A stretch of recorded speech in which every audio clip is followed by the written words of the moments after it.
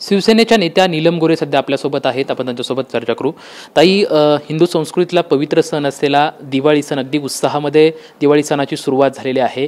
सर्व नागरिकांना आणि टीव्हीच्या प्रेक्षकांसाठी काय शुभेच्छा असतील तुमच्याकडून? असं म्हणेन की हा दिव्यांचा उत्सव आहे, त्यामुळे अंधारावरती प्रकाशातून मात करण्याचा उत्सव आहे.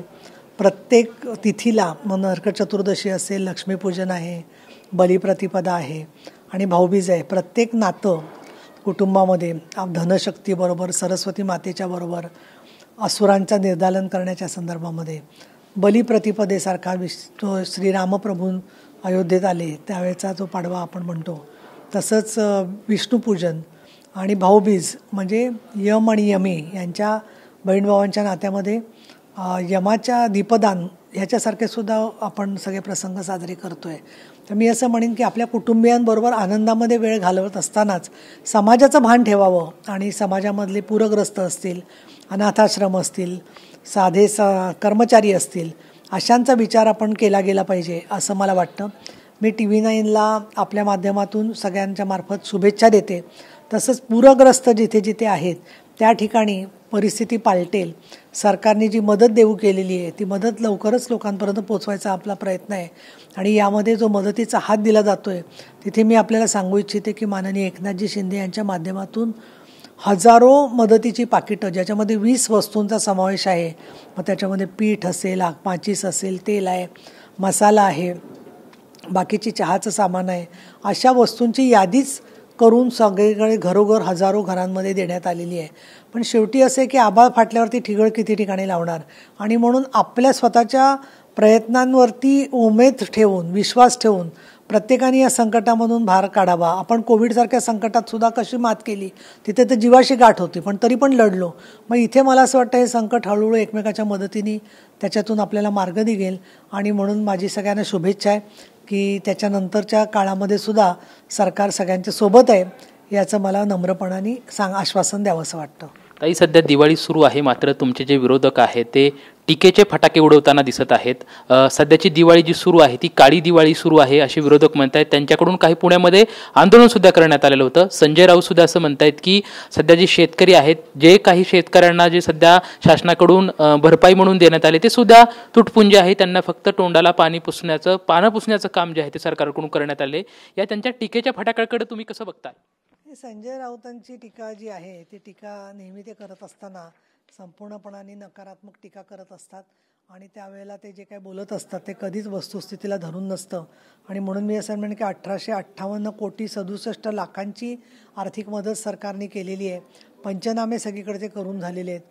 शिवसेनेच्या वतीने मदत करण्यात आलेली आहे. अशा वेळेला त्या मदतीचा सुद्धा अपमान, त्या मदतीच्या भावनेचा अपमान जो आहे तो सातत्याने त्यांच्याकडून केला जात असतो. आणि काळी दिवाळी किंवा काळ तर हा तर आपण पाहिलं की कोविडच्या काळामध्ये सगळ्यांना घरं बंद करून अगदी तहान भुकेनी तडफडत असताना बसायची वेळ आलेली होती. त्यामुळे या सगळ्याबद्दल हा एक खोटा नॅरेटिव्ह, खोटा प्रचार सगळीकडे जोरात चाललेला आहे. आणि म्हणून त्याच्यामध्ये आज तुम्ही बघाल तर छोट्या छोट्या ठिकाणी बघितलं तर छोट्याशा घरामध्ये एक पणती तरी लावलेली दिसते. अशाला काळी दिवाळी करण्याचे मनसुबे रचणं हेच मुळी वैचारिक दिवाळखोरी असं मला वाटतं. ताई, खरं तर पुण्याला सुसंस्कृत शहर म्हणून ओळखलं जातं. मात्र या पुण्यामधल्या शनिवार वाड्यामध्ये काही मुस्लिम महिलांकडून नमाज पठण करण्यात आलेलं. त्यावेळेस पतित पावन संघटना असेल किंवा खासदार मेधा कुलकर्णी यांच्याकडून शनिवार वाड्यामध्ये जाऊन शिववंदना करण्यात आली. त्या ठिकाणी शुद्धीकरण करण्यात आलं. मात्र शनिवार वाड्याच्या समोरच जी मजार आहे ती मजार आम्हाला उखडून काढायची, त्या ठिकाणी भगवा झेंडा फडकवायचा आहे, यासाठी तिथलं वातावरण अगदी तणावाचं निर्माण झालं होतं. पुण्यामधलं दिवाळीच्या पार्श्वभूमीवरती निर्माण झालेल्या या तणावाच्या वातावरणाकडे एक नेत्या म्हणून तुम्ही कसं बघताय?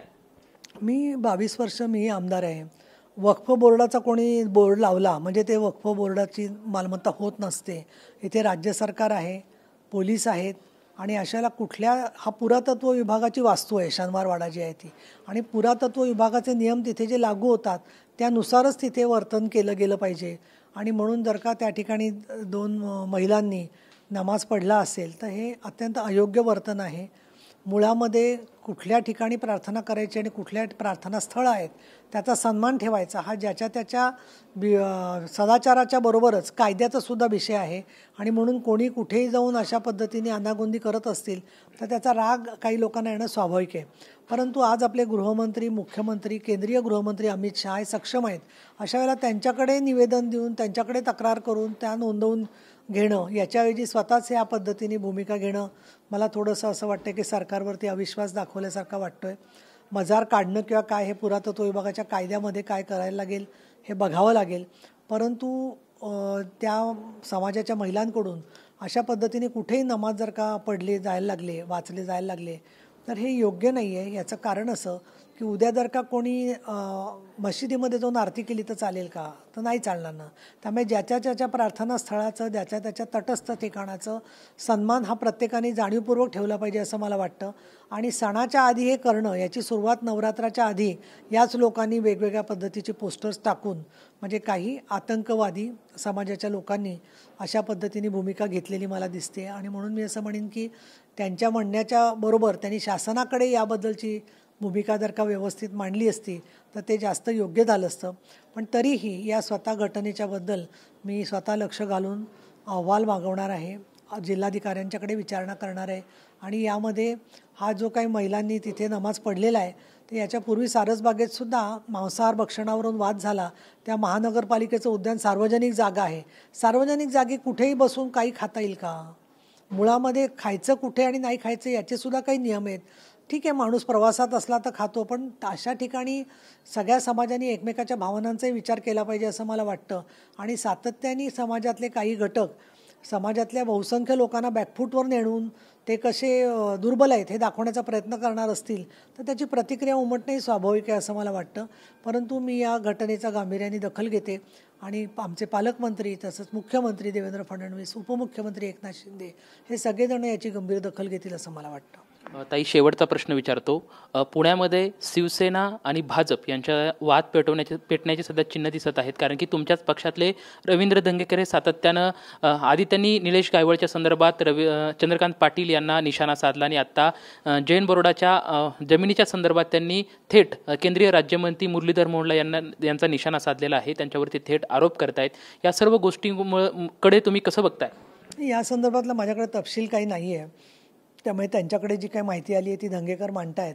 ते एक माजी आमदार आहेत, लोकप्रतिनिधी आहेत, आमचे महानगर प्रमुख आहेत, आमचे पक्षप्रमुख, आणखीन आमचे मुख्य नेते उपमुख्यमंत्री एकनाथजी शिंदे यांच्यापर्यंतसुद्धा ही माहिती त्यांनी वैयक्तिक पोचवली असती. काल ते आमच्याबरोबर मुंबईच्या मिटिंगला होते तर त्यांनी ती माहिती शिंदेसाहेबांकडे पोचवली असेल.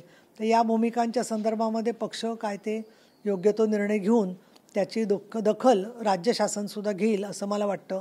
परंतु केवळ आरोप प्रत्यारोप अशा पद्धतीने जाऊ नये. त्यामधली वस्तुस्थिती काय आहे, त्या वस्तुस्थितीवरती जे काही आक्षेप असतील ते आक्षेप कशा पद्धतीने उत्तर घ्यायची याचीसुद्धा संसदीय पद्धत असते, तर त्याप्रमाणे ती घेतली जावी असं मला वाटतं. खरं तर दिवाळी सण आहे. दिवाळी सण हा उत्सवाचा, तेजाचा आणि प्रकाशाचा आहे. या दिवाळी सणाच्या निमित्तानं सरकार म्हणून आम्ही शेतकऱ्यांच्या पाठीशी भक्कमपणे उभे आहोत अशी प्रतिक्रिया जी आहे ती शिवसेनेच्या नेत्या नीलम गोरे यांच्याकडून आपल्याला पाहायला मिळते. कॅमेरामॅन सुशांत राऊतसोबत लक्ष्मण जाधव, TVNN मराठी, पुणे.